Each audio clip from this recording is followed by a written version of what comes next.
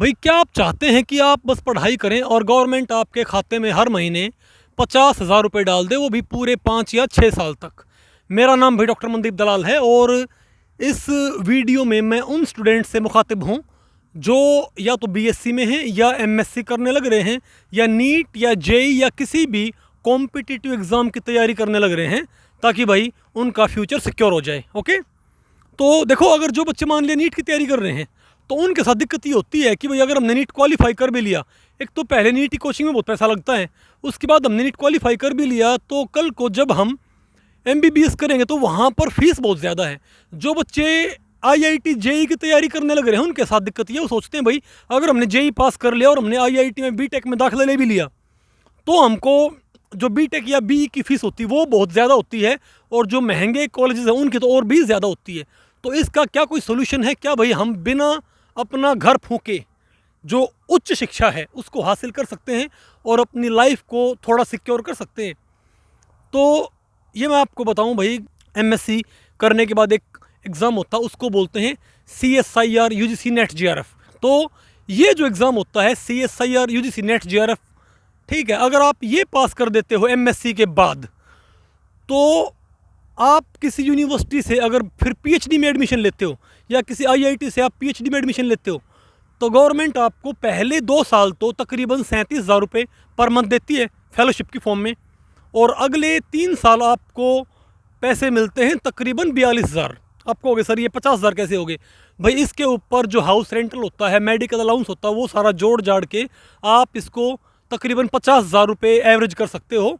ये आपको 5 या 6 साल तक मिलते हैं, मतलब मिलते 5 साल तक हैं, 1 साल तक बाद में ये एक्सटेंड हो सकता है। ओके, और पीएचडी करने के साथ साथ आप खुद सोचें भाई कि आपके ख़ानदान में हो सकता है आप पहले डॉक्टर हों, क्योंकि पीएचडी करने के बाद आपके नाम के आगे डॉक्टर लिखा जाता है। ओके, आप ये बताएं अगर मान लिया आप एमबीबीएस करते हैं तो जो एमबीबीएस करने के बाद आप डॉक्टर लिखते हो वो होता है डॉक्टर बाई प्रोफेशन, आप हो जाओगे डॉक्टर बाई क्वालिफिकेशन। और ज़्यादातर बच्चे भाई जिनका सरकारी नौकरी में या जॉब में इंटरेस्ट होता है वो इतनी उच्च शिक्षा हासिल करने के बाद या तो भाई जो बड़ी कंपनियां होती हैं वहाँ पर उनको जॉब मिल जाती है, या जो भाई कॉलेजेस हैं यूनिवर्सिटीज़ हैं वहाँ पर वो अपना भाई क्या बोलते हैं वहाँ पर जॉब कर सकते हैं। तो आप खुद सोचें भाई, ये गवर्नमेंट से 5 रुपये निकलवा के दिखा दो भाई, ठीक है। मुझे अब भी याद है भाई, एक बार हमारे खेत में ओले पड़ गए थे तो गवर्नमेंट की तरफ से 200 रुपये मुआवजा आया था एक पूरे एकड़ का।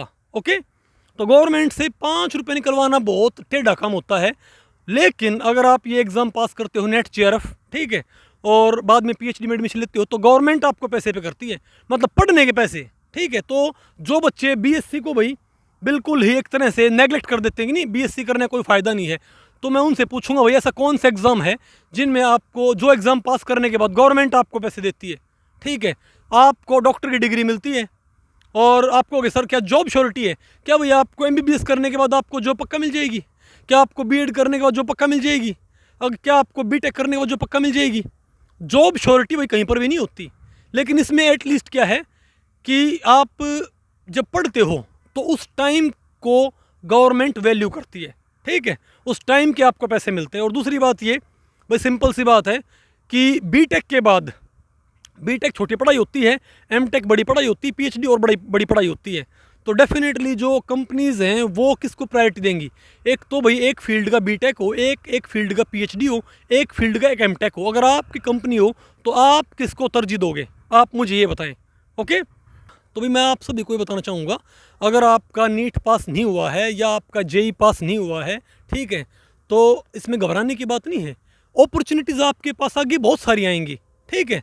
यहाँ पर अगर आप फाइनेंशियल स्टेबल नहीं हो तो आपने अगर नीट जेई पास कर भी दिया तो अगर आपके पास फीस के पैसे नहीं तब आप फिर से आपको दिक्कत पेश आएगी, इज़न्ट इट?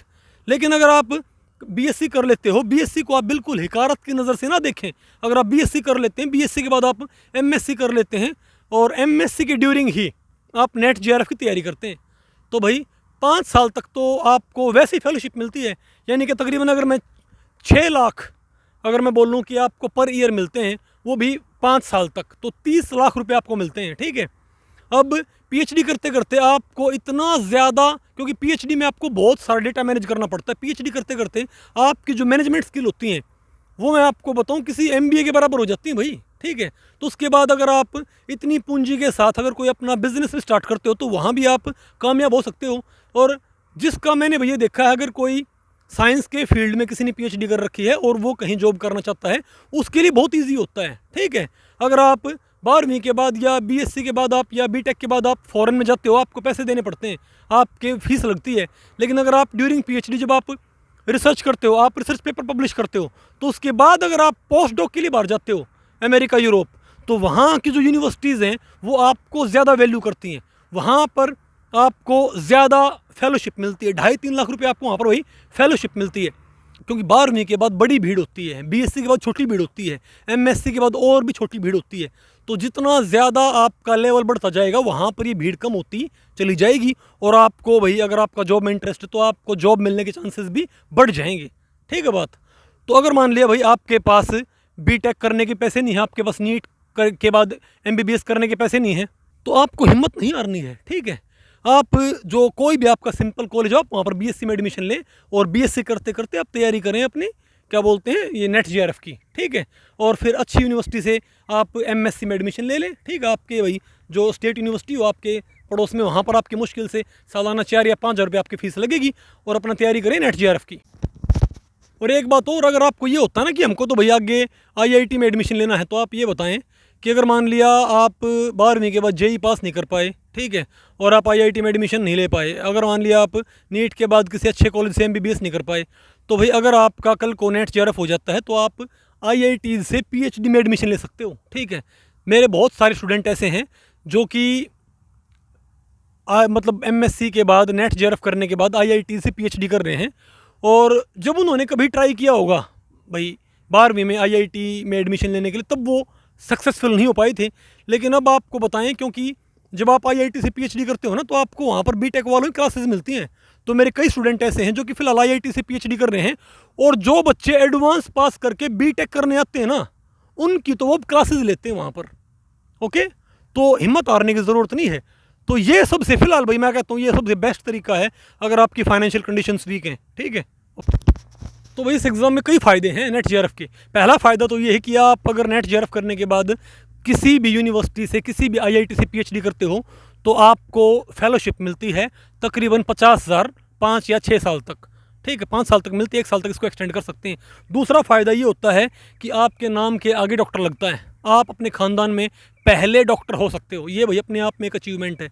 तीसरा फ़ायदा ये होता है कि आपकी जो मैनेजमेंट स्किल है वो बहुत ज़्यादा इंप्रूव होती हैं और कल को आप आसानी से किसी भी बिज़नेस के अंदर वही कामयाब हो सकते हो। चौथा फ़ायदा ये होता है, अगर आपने नेट जेआरएफ कर लिया है और आपने पीएचडी में एडमिशन नहीं भी लिया, तो भी जितनी भी आपकी यूनिवर्सिटीज़ हैं, कॉलेजेस हैं, वहाँ पर आप बीएससी और एमएससी को पढ़ाने के एलिजिबल होगे। ठीक है, जैसे आप बीएड के बाद आप स्कूल में पढ़ाने के एलिजिबल होते हो, वैसे ही नेट जेआरएफ करने के बाद नेट जेआरएफ कंडीशन होती है भाई कॉलेजेस में, यूनिवर्सिटी में पढ़ाने के लिए। इतने फ़ायदे हैं भाई। और लेकिन लोगों के दिमाग में ये होता है कि हमने अगर मान लिया 12वीं के बाद हमने कोई एग्ज़ाम पास नहीं किया ना, तो हमारी लाइफ बिल्कुल बर्बाद है। जो मीडिया है वो भी आपको यही बातें प्रमोट करता होता है। ठीक है, तो आपने इससे घबराना नहीं है, आपने हिम्मत नहीं हारनी। Thank you.